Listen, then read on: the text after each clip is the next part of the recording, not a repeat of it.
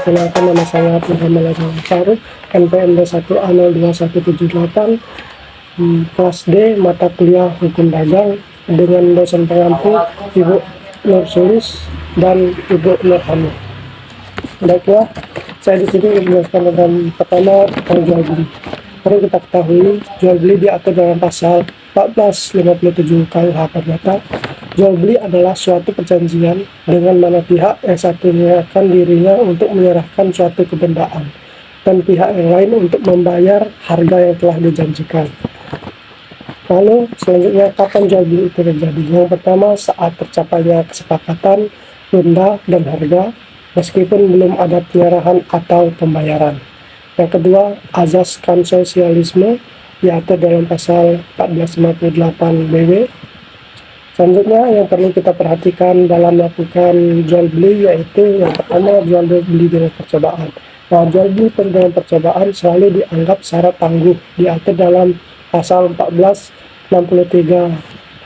Selanjutnya, jual beli dengan uang panjar tidak dapat ditiadakan secara sepihak, artinya harus ada kesepakatan kedua belah pihaknya. Selanjutnya, harga beli ditentukan kedua belah pihak. Nah, diatur dalam pasal 1465. Selanjutnya, jual beli antara suami dan istri. Lalu, kapan resiko dapat beralih?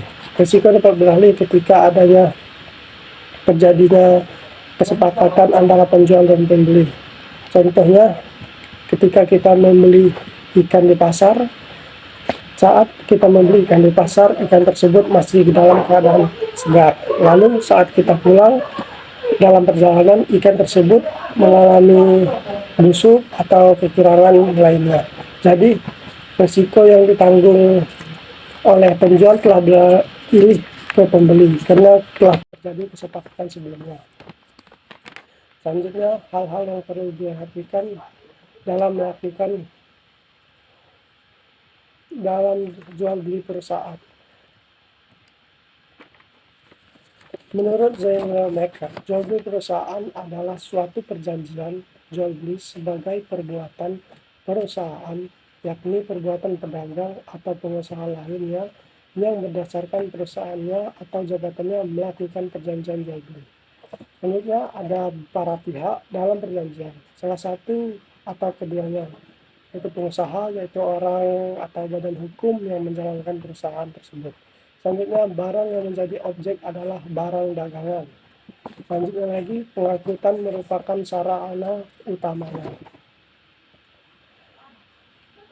Selanjutnya, dalam melakukan jual beli perusahaan, perlu kita ketahui beberapa dokumen yang diperlukan. Yang pertama, transport dokumen.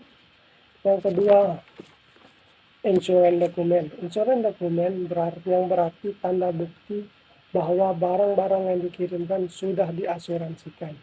Selanjutnya, commercial invoice, yaitu dokumen dari penjual sebagai lampiran konsumen yang berisi catatan-catatan barang yang dibeli serta harganya di tempat penjual tersebut.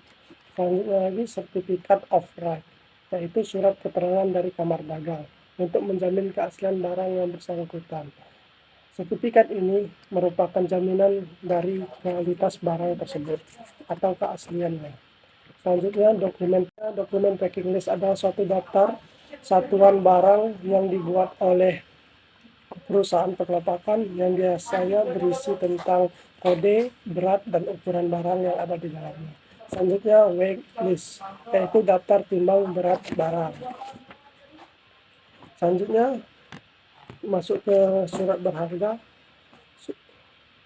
Undang-Undang Republik Indonesia Nomor 10 Tahun 1998 tentang perubahan atas Undang-Undang Nomor 7 Tahun 1992 tentang perbankan. Pasal 1 ayat 1 angka 10, surat berharga adalah surat pengakuan utang, wesel, saham, obligasi, sekuritas kredit, atau setiap derivatifnya atau kepentingan lain. Kewajiban dari penerbit dalam bentuk lazim diperdagangkan di pasar modal dan pasar uang. Jenis-jenis surat berharga. Yang pertama, surat sanggup. Surat sanggup adalah yang berisi akta yang berisi kesanggupan seseorang debitur untuk membayar sejumlah uang tertentu pada tanggal dan tempat tertentu tanpa syarat pada seorang kreditor atau penggantinya. Selanjutnya, wesel adalah surat berharga dari pihak penerbit kepada pihak tersangkut untuk membayar sejumlah uang pada tanggal yang ditentukan kepada orang yang ditentukan. Sementara selanjutnya, cek adalah surat berharga yang berisi perintah tidak bersyarat kepada bank untuk membayarkan sejumlah dana kepada penariknya. Selanjutnya, saham adalah sebuah bukti kepemilikan nilai sebuah perusahaan. Kata saham sendiri diambil dari bahasa Arab. Dalam literatur fikih, saham diambil dari istilah musamah yang berasal dari kata sah. Nah, untuk jamaknya ashum atau summah yang artinya bagian-bagian kepemilikan. Artinya pemilik saham adalah pemilik perusahaan. Selanjutnya, konsumen. Selanjutnya, kwitansi atas tunjuk adalah suatu surat yang ditanggali, diterbitkan oleh penanda tangannya terhadap orang lain untuk suatu pembayaran sejumlah uang yang telah ditentukan di dalamnya kepada penunjuk atas tunjuk pada waktu diperlihatkan. Lalu selanjutnya surat utang negara. Selanjutnya delivery order. Lalu selanjutnya yang terakhir fungsi surat berharga. Yang pertama sebagai alat pembayaran atau alat tukar uang. Yang kedua sebagai alat untuk memindahkan hal tadi atau yang diperjualbelikan dengan mudah dan sederhana. Yang ketiga sebagai surat bukti hak tadi.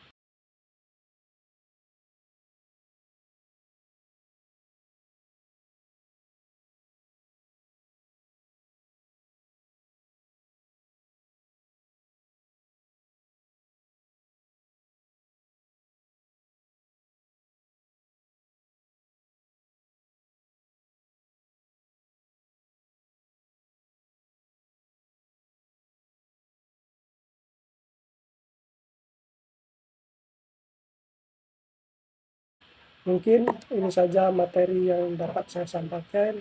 Mungkin dari materi ini masih banyak terdapat kekurangan. Saya mengucapkan mohon maaf. Saya ucapkan terima kasih.